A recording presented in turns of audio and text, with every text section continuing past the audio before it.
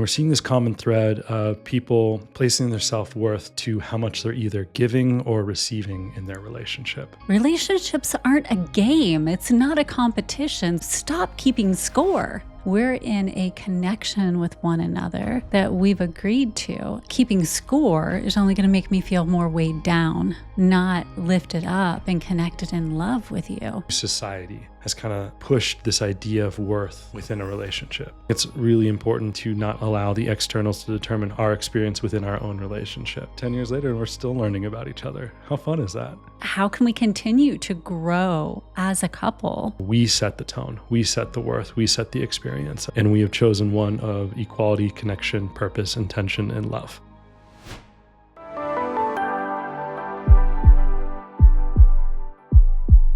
So you and I have been diving into our relationship a lot recently because things have been incredibly busy, and that takes time away from what has been our sacred time because we've been doing a lot of other stuff.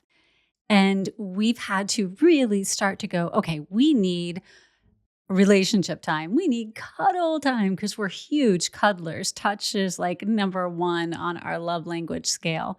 So we've really needed to take the time to check in with one another and start understanding, where are you? How are things going? What do you need from me? What do I need from you? And as we've been doing that, we've also been hearing from others that we know in relationships about how they're navigating similar things. It seems to be like this busy time for so many. And some of those relationships are kind of sharing with us how they're kind of keeping score. I do this for you, so you should do this for me. Or I'm doing more for you than you're doing for me. Step it up.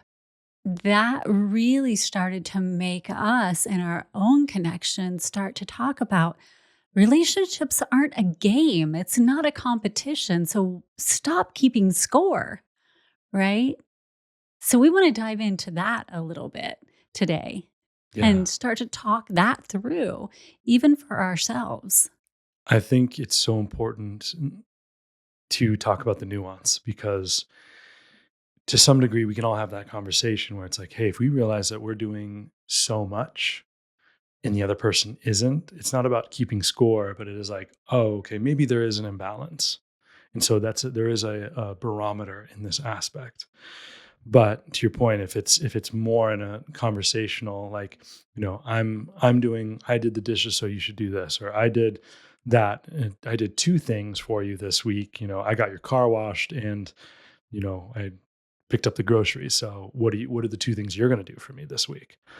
I think those are the kind of conversations that we're seeing some breakdowns. We're hearing people kind of share what's going on. And we're seeing this common thread of people placing their self-worth to how much they're either giving or receiving in their relationship. And so if someone is kind of naturally a giver, and they're seeing their self-worth, I'm constantly giving to my kids. I'm constantly giving to my significant other. I'm constantly giving to my parents or my siblings or, everyone around me. And then they wear that as a badge of honor, and then that's building up their self-worth. I don't think they realize somewhat of the detriment that's around that is because if they're not taking care of themselves through that process, and then they're really starting to, make a bigger impact and not a strong foundation that they think they're building. And that can lead to scorekeeping. That can lead to, all these other things that come as the symptoms of a deeper source problem. Hi, I'm Amber Mikesell, founder of Suivera and author of Silence Your Inner Critic. And I am thrilled to say that this wonderful guide to going inward and silencing that villainous inner critic is out on bookshelves everywhere. You can find it at your favorite bookstore, or you can order it online at silenceyourinnercritic.com. You talked about the nuance. But how does one even know what that nuance is, right? So maybe in a relationship, it is, I do two things, you do two things, and that was the precedence. But if things shift in what that schedule begins to look like, does that mean that if I have to do four things and you only have time to do two things, that suddenly I'm more valuable in the relationship than you are? Or does that mean that we're in a partnership and for this period of time, I have to do four things and you do two things, but that doesn't mean I have more value in our connection? Mhm. But there are those nuances. And when our worth, our self worth, our relationshiip's worth is tied to these moments in time or the experiences that are occurring and not the connection that we share. That, I think, is where we were having that discussion around this isn't a game.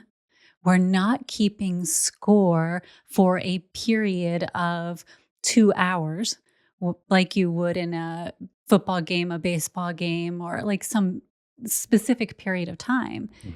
We're in a connection with one another that we've agreed to. And so I'm with you and I'm just going to keep bringing it back to our relationship because that's the only one we can truly speak from. We're in this experience together. But when I said yes, you're who I desire to spend the remainder of my living days on this planet with, then it's Happy. yay. Happy. Then it's not as though I'm saying we're only together for a few more weeks and then we'll see how it goes. Mhm.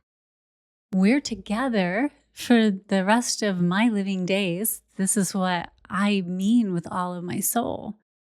So if there's a period of time where I've agreed that I am going to do more or I need to do more, even if it was an agreement, then that's what will need to happen. And keeping score isn't going to serve me. Now, if it starts to feel like an imbalance because it's a long period of time, then we have a discussion and I share how I'm feeling. But keeping score is only going to make me feel more weighed down, not lifted up and connected in love with you. And if I begin to say, I'm more valuable in this relationship, then I'm suppressing your value and not looking for what it is that you're going through. What are you navigating that's keeping you from participating in the relationship? Is it something that will contribute to our relationship long term? And if so, is that elevating value in any way? What is value in our relationship? Right? We need to start asking these questions. Yeah, and seeking to understand as a couple, what is bringing forward the action, right? Yeah. So if someone is a one of their major symptoms, for example, is a people pleasing, right?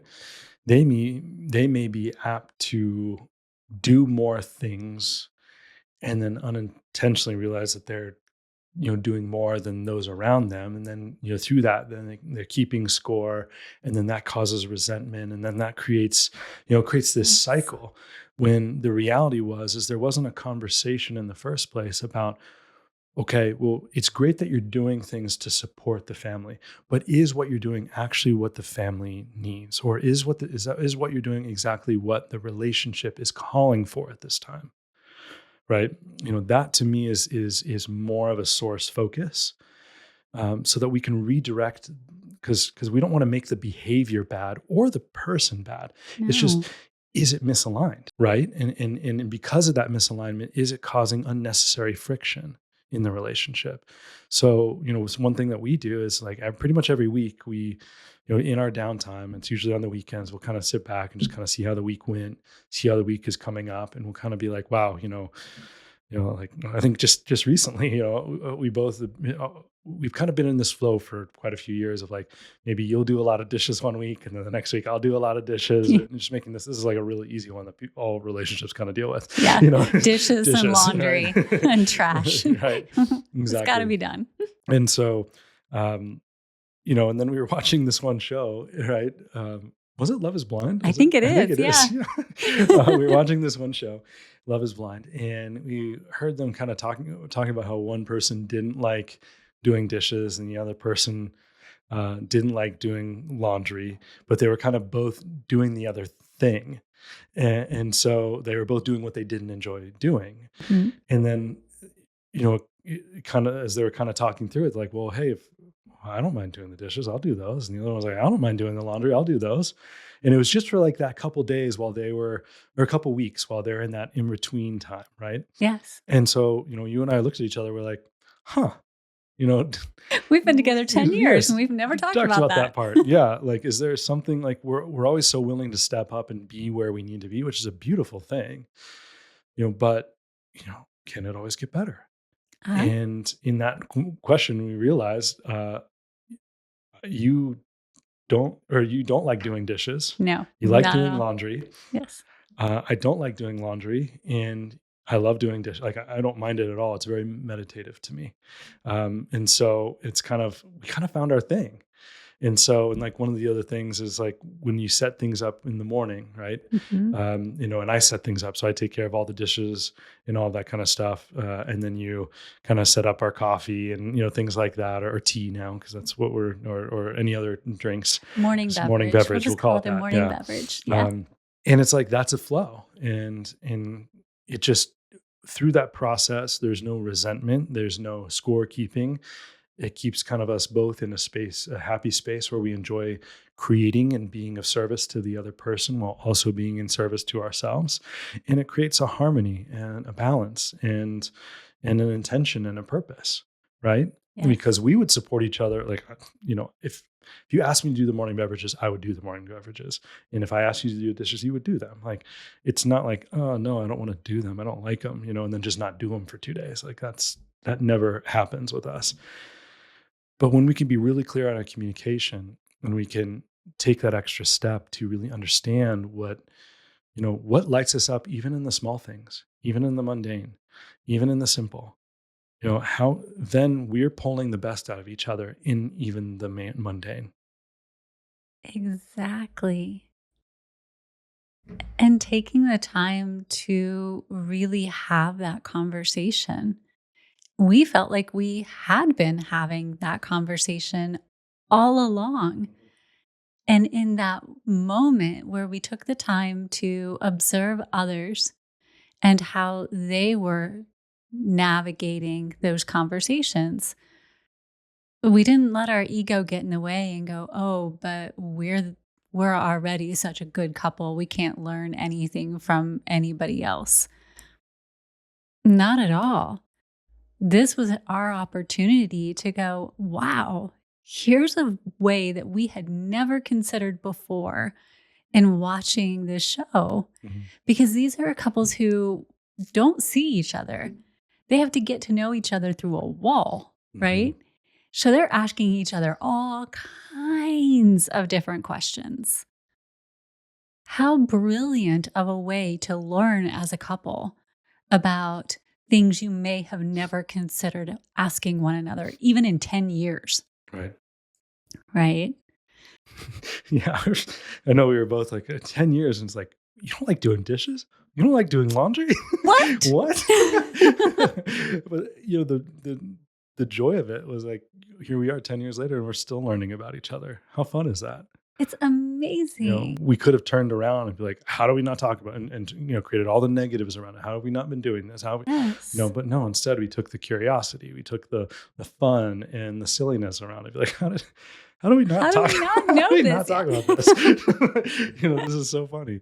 And then ever since that conversation, it's been a beautiful flow. It's like we just kind of flow right into it, and it's just set up the day beautifully.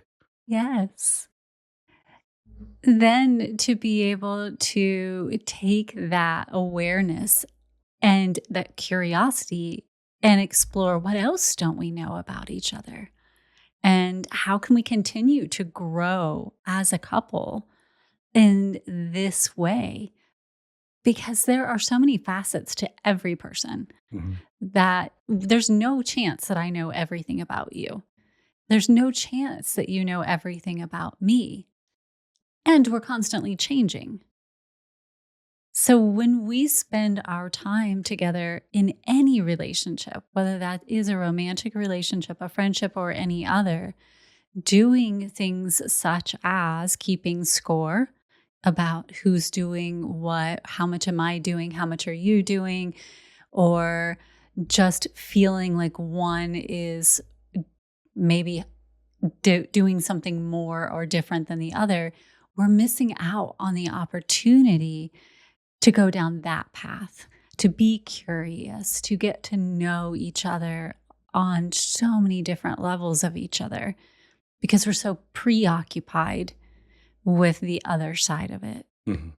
And to me, that's where I'm busy enough, right? We have enough to dos on our list. I don't want any of those to dos to be looking for anything negative in our connection. I desire to see all of the beautiful positives because the more I focus on those beautiful positives, the more that's what grows. Mhm.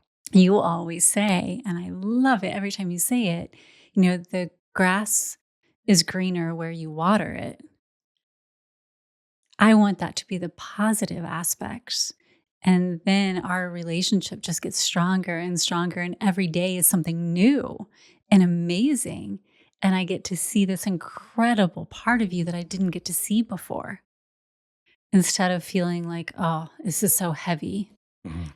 and I'm wading through it. Absolutely. Absolutely. And I feel like one of the things that is so important here is that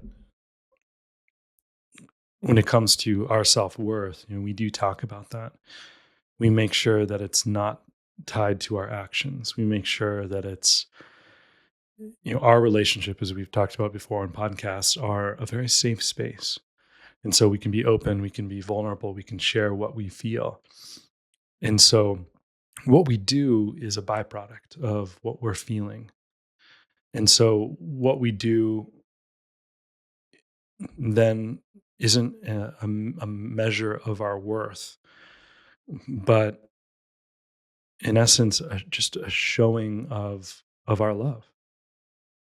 And it's fun. I want to show up. I want to show you that I've got your back. I want to show you that I'm here and I can show up at the greatest capacity that I can. And I want to show you that you can trust me. Yeah. And so the doing is not something that you and I score together, but it is noticed.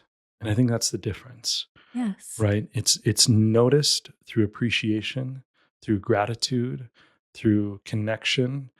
you know Even though we've been on this flow, every time you keep thanking me for doing the dishes, and I keep thanking you for making the morning beverage and taking care of the plants and stuff. And it's just, I enjoy, I love a morning beverage and I love seeing the plants. I'm not good at making the morning beverages or taking care of the plants. And so, to know that, like, you got me in that area, but I still get to enjoy those things around me, even though I'm not the one doing them. That's a beautiful thing. That's so nice.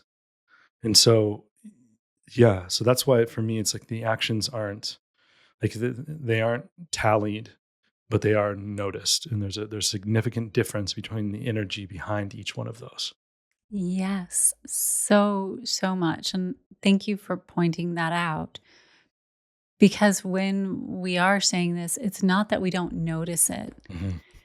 it's how we notice it, which are so distinctly different, right?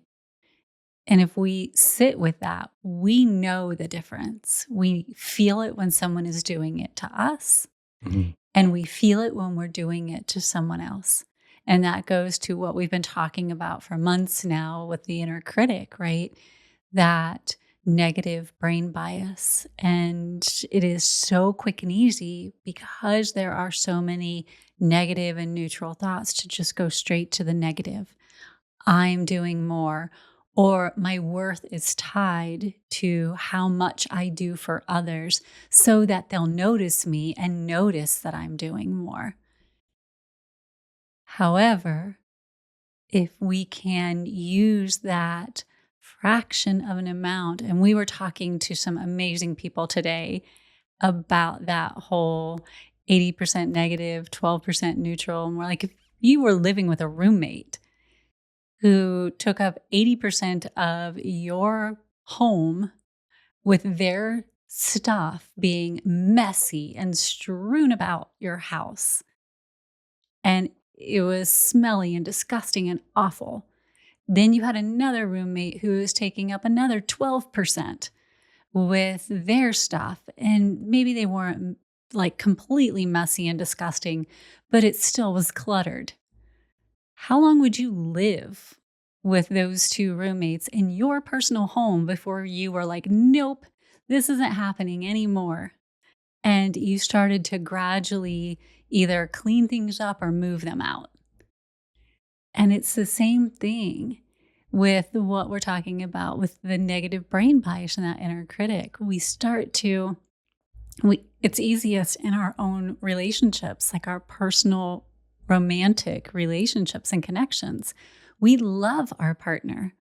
So if we can start to understand when we're keeping score or we're coming at them for an action that really isn't something that should be triggering us at the level it's triggering us, that's an easy in to start to click that back a little bit and start to see the positive in our relationship and the positive in our connection and not need all of that validation if we're doing a little bit more because our partner is sick or our partner is busy or our partner needs to lean in on us a little bit more. Yeah. Yeah. I think that's a really, really great point.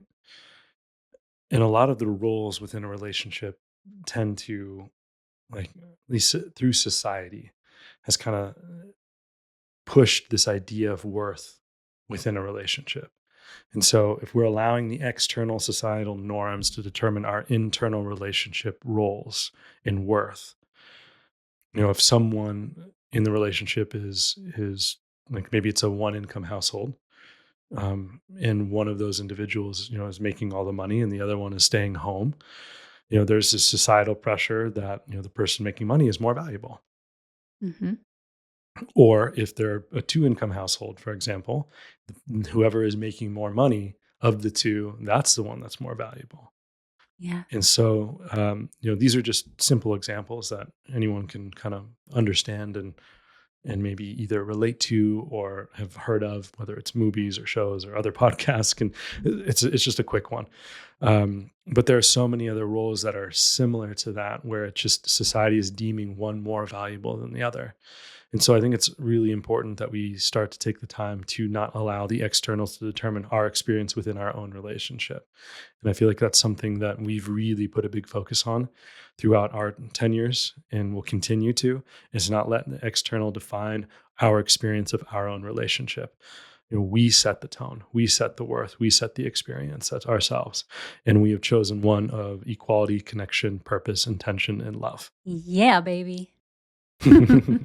I feel that if we could all find what that true north is within our relationships, Yes. those are the ones that we have set. Those are our true norths. Every couple, every partnership, every alignment is going to have their true norths that fit for them. So if someone is listening to this, then take the time after listening, connect with your partner, connect with your friends, connect with whomever you feel like setting your true north values with. Say, what is it that defines our connection, brings us together, unites us, and will serve as our, when the world's gone cray cray, we're going to come back to our true north and what is important to us. and how we interact in our little bubble that we're creating. And that will allow them to reconnect and reignite that bubble, because it's not like the world doesn't come at us sometimes too. Yeah. It happens to every partnership. It happens to every relationship. The whole world wants to tell you how to be, how to act, what to do. So you have to recenter in your bubble and just say, nope. And that's where I go back to the Captain America, right? We plant ourselves like a tree Hmm. Yes. and say, no, you move, right? Exactly. Exactly. And it's that sense of internal oneness, for a lack of a better term, in the relationship. From that space, that's a strong foundation to build on.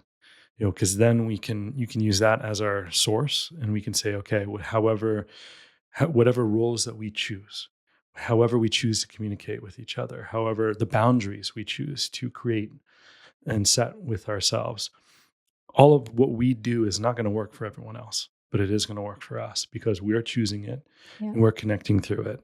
And then we're going to shape it and mold it. And the moment that something is no longer in alignment, we have that willingness to take a step back, pause, seek to understand what's going on and what needs to be adjusted. It might be minor tweaks, and that's a great thing because hey, we're all gonna, who we are now versus who we are 40 years from now, it's gonna be different. If Yeah. we anticipate each other to be the same, that would just be false. And if we're pretending to be, if we were the same 40 years later, then it's just pretend. It's not reality. Yeah. So And it would kind of be interesting yeah, because I don't know how you could be exactly the same 40 years. Like, I'm definitely not the same as I was 40 years ago. yes, exactly. So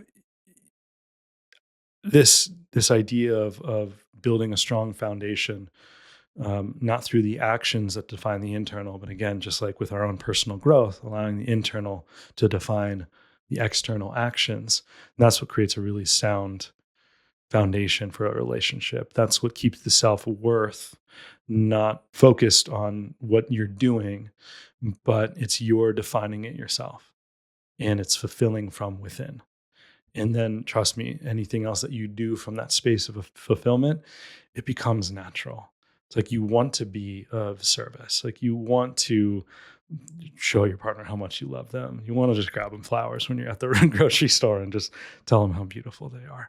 It just becomes a natural byproduct. Most of the time, we're just overcomplicating, we're overthinking, we're in our head, we're not in our heart.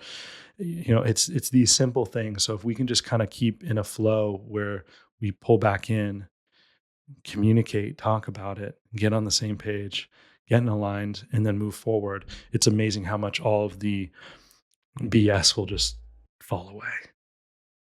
Heck yeah. And if you are looking for a way to find that within so that you can align and let all of the BS just fall away, as Austin said, we actually have an amazing crash course that we are putting out from Silence Your Inner Critic. You can learn more by heading on over to silenceyourinnercritic.com. There you can learn about the crash course. You can find amazing stuff about the book, Silence Your Inner Critic, and you can learn how to join our community as well. But while you're here, you can continue to explore all of the amazing content we have on the Heart Leader podcast.